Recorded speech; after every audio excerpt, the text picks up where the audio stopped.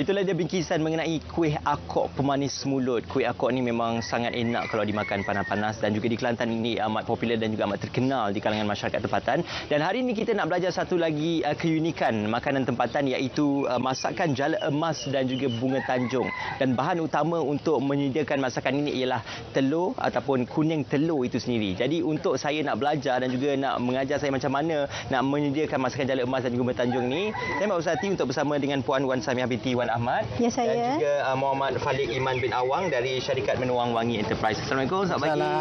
Terima kasih Puan ya. Alhamdulillah bersama dengan kami pagi. Tapi depan ni kita dah ada beberapa hidangan yang akan kita sediakan dan juga akan kita ni. Tapi cuma kita nak tahu macam mana kita nak menyediakan jala emas dan juga bunga tanjung kita ni Puan. Apa bahan-bahan yang diperlukan? Bahan-bahan utama untuk kuih jala emas dan buah tanjung adalah kuning telur dan air gula sahaja. Okey, kita asingkan kuning telur tu daripada putih. Kita asingkan kuning telur dengan putih telur. Putih telur tu untuk mengelakkan pembaziran, kita jadikan kuih tai itik. Kuih tai itik. Itu yang bukan kemudian tai itik, tai itik. Tai itik. Oh, okey. Okey, dan ini dua sahaja bahan yang kita gunakan. Jadi macam mana kita nak membentuk dan juga menjadikannya seperti yang kita nampak hari? Kuning telur ni dihancurkan, kemudian ditapis, dimasukkan di dalam botol bercorong. Okey, jadi kita boleh mula untuk demonstrasi dan tunjukkan bagaimana? Ya, boleh. Boleh. Okey, terima kasih ya. Okey. Okey. Untuk membuat kuih ni kita perlukan air gula yang betul-betul masak, iaitu dengan buih-buih yang halus macam ni. Berapa lama kita nak bagi ataupun kita nak masak air gula ni? Masak air gula ni biasanya kalau saya sendiri yang buat, saya masak malam lagi. Malam lepas tu sejukkan, pagi tu panaskan balik. Panaskan balik? Ya. Okey. Dia akan jadi pekat dan cantik lah. Bila dah buih dah jadi macam ni, kita dah boleh kiraikan. Okey, kita kira-kiraikan dia punya jala kan? Macam ni kita nak buat. Dalam ni kuning telur yang telah dihancurkan. Yang kita dah hancurkan. Okey. Kita kirai hanya dengan melalui satu arah. Satu arah saja. Okey. Iaitu membulat ya. Membulat. Okey. Maknanya mengikut arah jam lah. Arah jam ke kesesuaian masing-masing. Kesesuaian sendiri lah. Okey. Okey, sekarang saya cuba ya. Bismillahirrahmanirrahim. Oh, macam tu dia kena laju-laju. Ya. Okey. Jadi bila kita dah buat bulatan itu, dia akan kita kata membentuk secara sendirinya dan juga akan terus masak untuk kita tunggu selama berapa minit tu Puan? Sekejap saja. Sekejap saja. Dalam 2-3 saat saja. Okey. Lepas tu kita pastikan untuk mengangkatnya kita terpaksa masukkan sedikit air supaya kita dapat angkat kuih ni tidak putus. Oh, okey. Okey, saya masukkan sikit air. So, jadi bila kita masukkan air, maknanya kita kata untuk tali yang kita dah membentuk tu dia tidak akan putus lah. Ya, tidak akan putus. Macam ni ya. Okey, kena berhati-hati juga. Itulah. Lepas tu, saya kalau buat ni, tak tahulah.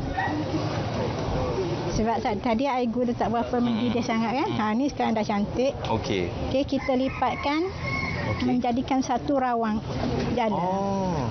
Sebab dia dipanggilkan jala emas. Jala emas. Ya. Maknanya kita lipatkan sekali lipatan saja. Sekali lipatan saja. Okey, mungkin saya boleh nak cuba pula. Boleh. Okey. Jadi kita buat bulatan macam tadi. Bulatan je. Bismillahirrahmanirrahim. Rendah dan cepat. Tak payah picit. Tak payah picit, biar je.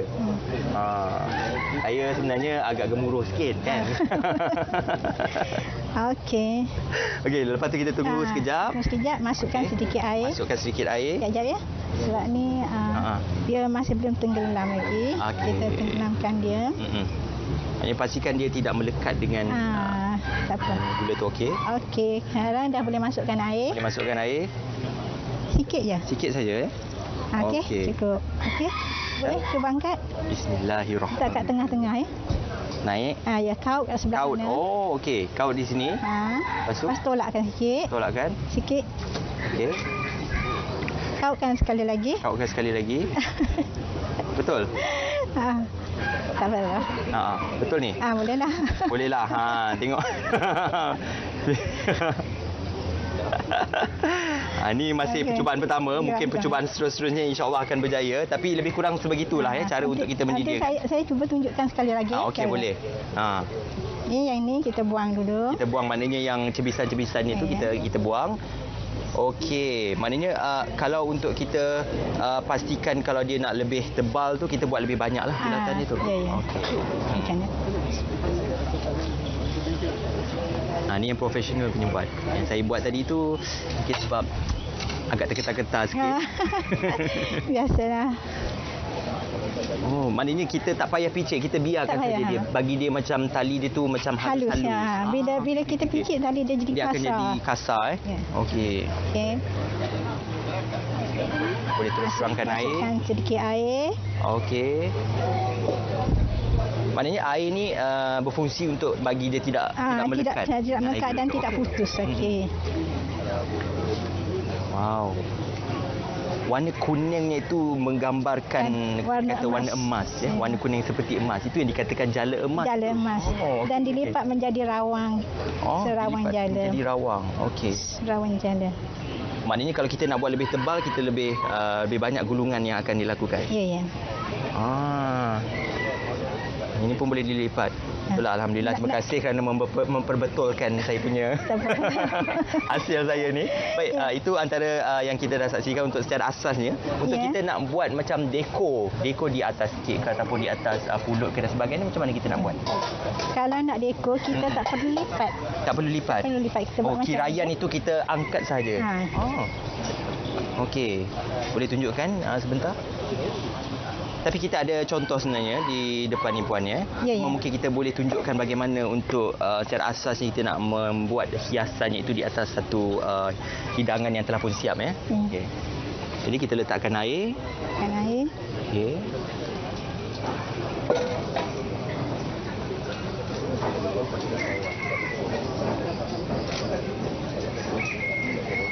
Jadi kalau penggunaan telur ini dia bergantung kepada grade telur itu sendiri. Mana puan? Grade. Itu pun perlu diambil kira faktor-faktor itu juga. Okay. Sebab kalau grade yang rendah macam grade C itu telur kuning dia tak berapa pekat sangat. Okey. Baik, itu yang ni kalau kita nak buat jala emas, nak buat kek ni ataupun puding raja. Kita relaikan. Dia seolah-olah seperti puding raja juga ya? Ya. Okey, sambil-sambil puan nak kita menghias dan juga melakukan dekorasi itu, Cik Falik juga akan menerangkan kepada kita bagaimana nak menyediakan bunga tanjung. Bunga tanjung perlukan telur kuning. Telur kuning? Kuning telur tu kita ambil juga sama juga? Sama juga. Okey. Sama dengan jala emas, kita masak dalam air. Masak dalam kuali itu jugalah. Cuma kirayan itu? Kirayan hanya guna 3 jari. Guna jari saja. Guna jari saja. Okey, mungkin boleh tunjukkan macam mana. Sini tak ada. Dengan situ. Ambil yang ni, gulungan ni. Bukan guna gulungan. Dia guna tepung beras dengan tu saja. Okey, mungkin boleh tunjukkan macam mana kita nak. Kita tak bawa untuk buat. Okey, baik, tak apa. Kita mungkin satu kita kata bahan-bahan yang diperlukan yang paling asasnya adalah kuning telur dan sebagainya. Cuma hasilnya itu nanti akan jadi bagaimana? Macam ni.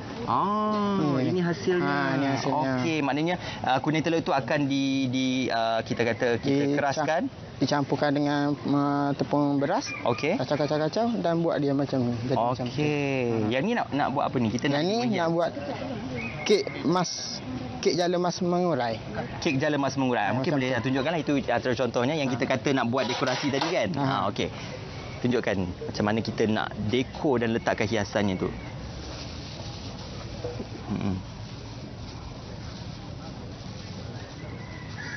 Dia macam tabur-taburkan secara bersepah-sepah. Okey, kalau kita nak susun juga pun boleh juga. Boleh juga. Sebab kalau kita tengok yang ada mungkin nak susun dia jadi macam bentuk jaring dan sebagainya. Okey. Letak saja di situ. Yang ni yang dah sejuk atau yang macam masih panas? Yang ni dah sejuk. Dah sejuk. Okey. Macam kalau kita nak mungkin nak mengubah warnanya itu boleh ke? Ada ke? Boleh. Macam untuk warna jaringan ataupun warna-warna kirayan ni? Boleh. Letak pewarna. Kita letak pewarna tu, tapi tak panggil jala emas lagi. Tak panggil jala emas lah kan. Kalau berwarna macam warna perak tu jadi jala perak lah.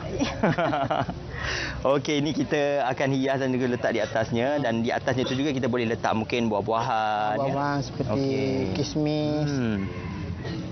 Okey. Di tepi ni pun kita letak juga bagi dia penuh dengan permukaan itu.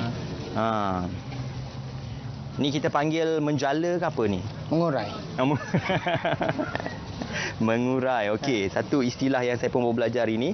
Jadi selalunya kalau untuk hidangan seperti ini kita hidangkan untuk majlis-majlis yang bagaimana, Puan?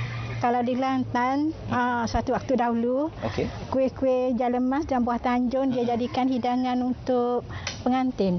Okey. Kuih ni asalnya dari istana. Dimakan oleh kaum bangsawan saja zaman dulu. Tapi sekarang ni semua dah makan. Semua orang dah boleh makan kan. Tapi sesuailah dengan dia punya nama dia tu, jala emas. Yang ni pun ada hidangan puding raja. Yang ni kita kata jala emas.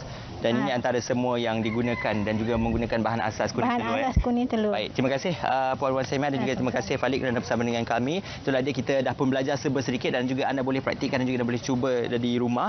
Dan kita akan berjeda seketika sambil-sambil saya pun nak cuba menyelesaikan dan juga menyiapkan hidangan saya ni. Kita akan saksikan bikisan mengenai tokong mek. Jom sama-sama kita saksikan.